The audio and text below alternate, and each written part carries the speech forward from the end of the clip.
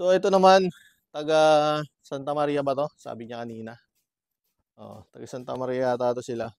So ito kakagawa lang daw, mga ilang months pa lang 'tong na-top overhaul. So halata naman dito sa pandikit.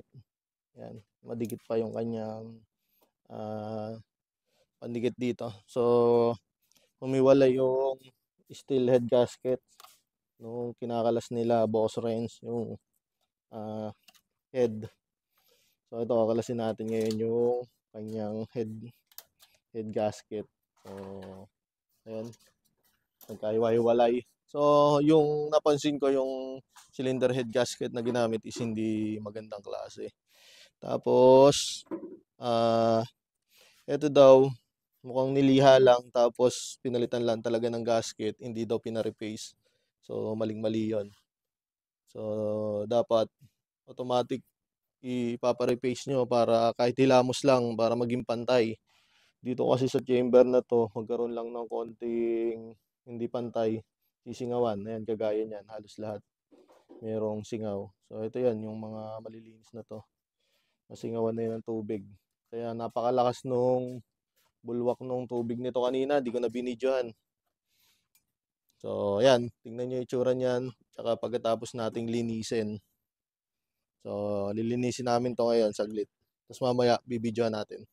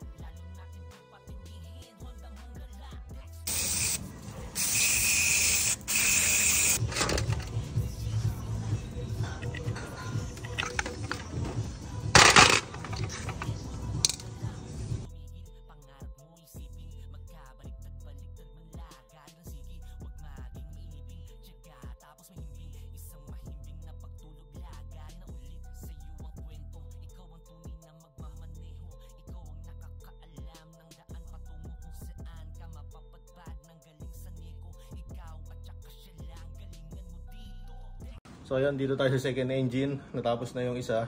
So tingnan nyo. Mukha na kaming mekaniko ni Renz. So testing natin to. Start.